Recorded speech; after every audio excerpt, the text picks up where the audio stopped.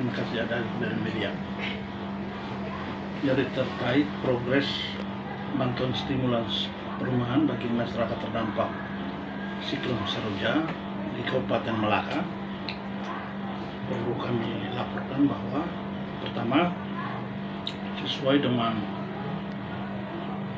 data yang kita masukkan atau kirimkan ke pemerintah pusat untuk dilakukan verifikasi dan direview oleh pemerintah pusat melalui Badan Nasional Penanggulangan Bencana, maka hasil dari review itu kita Malaka mendapatkan bantuan stimulans rumah sebanyak 3.292 unit yang terinci dalam kategori rumah rusak ringan 2.336, kategori rusak sedang 428, dan kategori rusak berat 528. Dari jumlah ini sesuai dengan dana yang dialokasikan sebesar 60.460.000.000 rupiah.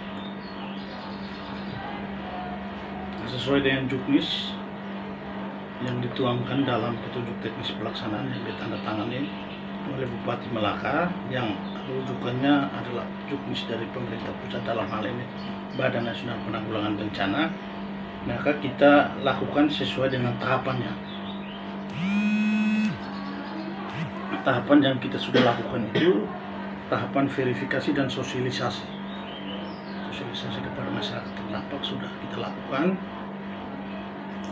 Kita bentuk tim pelaksana, tim teknis, tim verifikasi, dan tim pendamping masyarakat yang melibatkan instansi teknis terkait termasuk unsur TNI dan Polri. Setelah itu kita sekarang masuk pada tahap validasi. Tahap validasi itu di mana kita tim teknis dan tim verifikasi itu turun ke lapangan, langsung melakukan verifikasi atau validasi terhadap rumah yang terkategori rusak ringan, sedang, dan berat.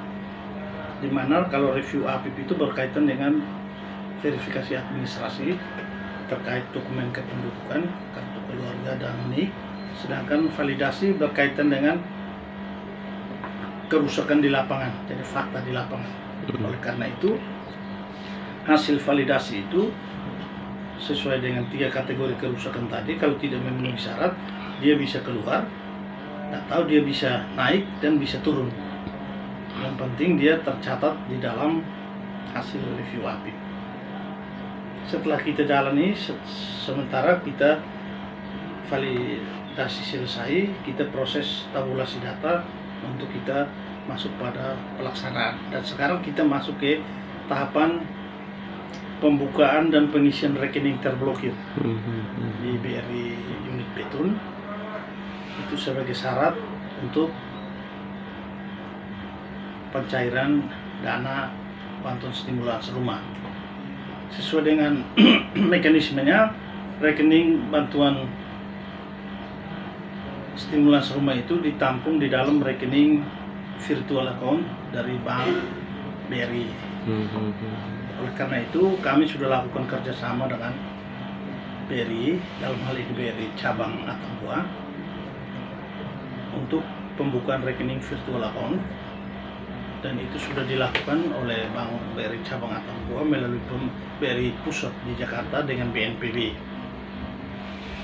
Sudah dilakukan dan rekening virtual account-nya sudah ada di BRI unit Betun, tinggal mengaktifkan saat pencairan, mengaktifkan untuk dilakukan pencairan.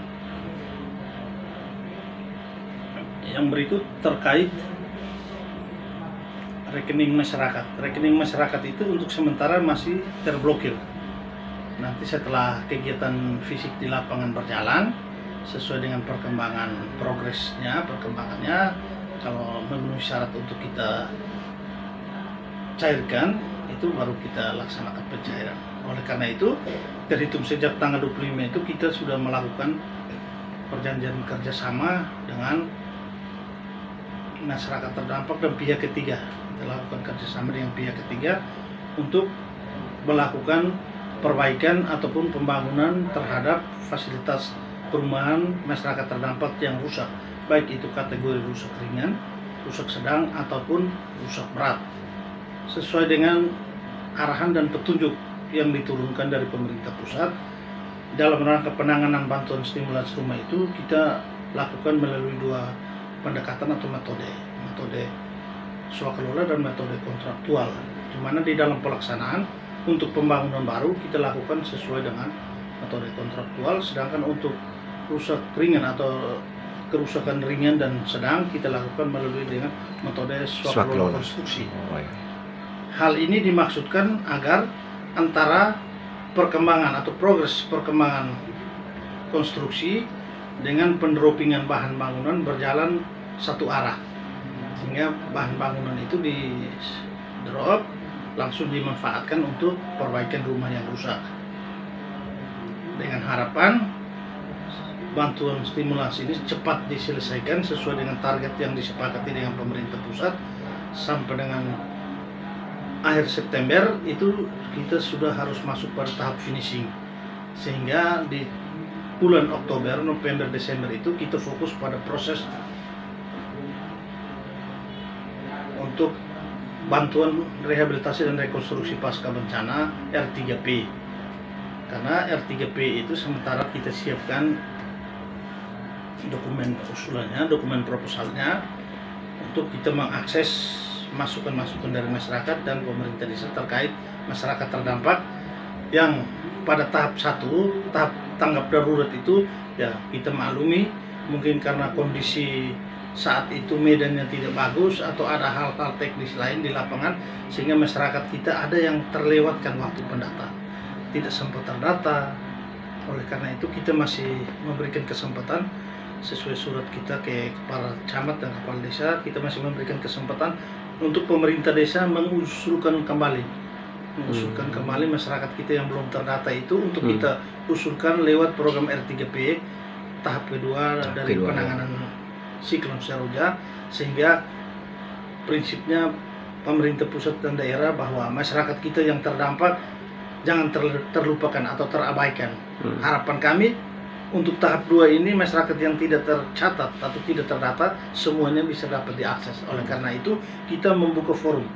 Lewat forum usulan dari pemerintah desa, kalau ada hal-hal teknis yang tidak bisa diselesaikan, ada masyarakat yang mengadu ke kami, itu kami juga terima. Kami juga terima sebagai masukan untuk kita usulkan juga ke pemerintah pusat untuk mendapatkan bantuan stimulans rumah. Oleh karena itu progres kita sampai dengan saat ini sudah sampai pelaksanaan fisik. Karena itu para pihak ketiga yang sudah melakukan kontrak kerjasama dengan kita, mereka sudah menyebar di beberapa desa untuk segera melakukan eksekusi. Harapan kami agar adik-adik dari media, kita semua yang cinta ini Raih Malaka, mari kita sama-sama mengawal bantuan stimulans rumah ini sehingga dapat berjalan dengan baik dan dapat selesai sesuai dengan jadwal waktu yang sudah ditentukan, sehingga ini menjadi bahan penilaian, bahan evaluasi kita untuk bantuan selanjutnya. Mungkin untuk sementara demikian. Oke, Bapak, ini pertanyaan berikut Bapak. Terkait pihak ketiga, kan, itu kan ada 2 progres pekerjaan ya. Satunya untuk rusak ringan itu kan secara swadaya, kalau untuk rusak berat itu kan pakai sistem pihak ketiga. Nah, itu ada berapa banyak pihak ketiga yang bekerja sama dengan Badan Penanggulangan Bencana ini, Pak? Ya, tergantung pihak ketiga yang mau melakukan kerjasama kan kita sudah umumkan dia mengajukan permohonan. Mengajukan permohonan. Dan sejauh yang swakelola itu swakelola konstruksi. Bisa pihak ketiga mendroping bahan bangunan, bisa dilakukan pengerjaan fisik oleh tukang kita.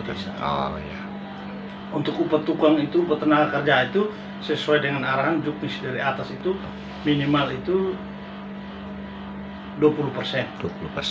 Berarti kalau yang ringan 10 juta berarti upah tenaga kerjanya 2 juta. Oleh karena itu kami selaku instansi yang bertanggung jawab, kami akan sedikit ketat terkait upah tenaga kerja. Karena itu berkaitan dengan masyarakat kita, sehingga mereka masyarakat kita atau tukang kita di desa bisa memanfaatkan peluang ini juga. Peluang ini juga, betul. Oleh karena itu kami sudah menghimbau ke pemerintah desa untuk manfaatkan peluang ini. Silakan berkolaborasi untuk menyelesaikan pekerjaan-pekerjaan yang sudah kita siapkan. Silakan nanti pihak yang bertanggung jawab untuk pendropingan bahan bangunan, setelah dia drop, ya pemilik rumah, oh ini nanti kami kerja.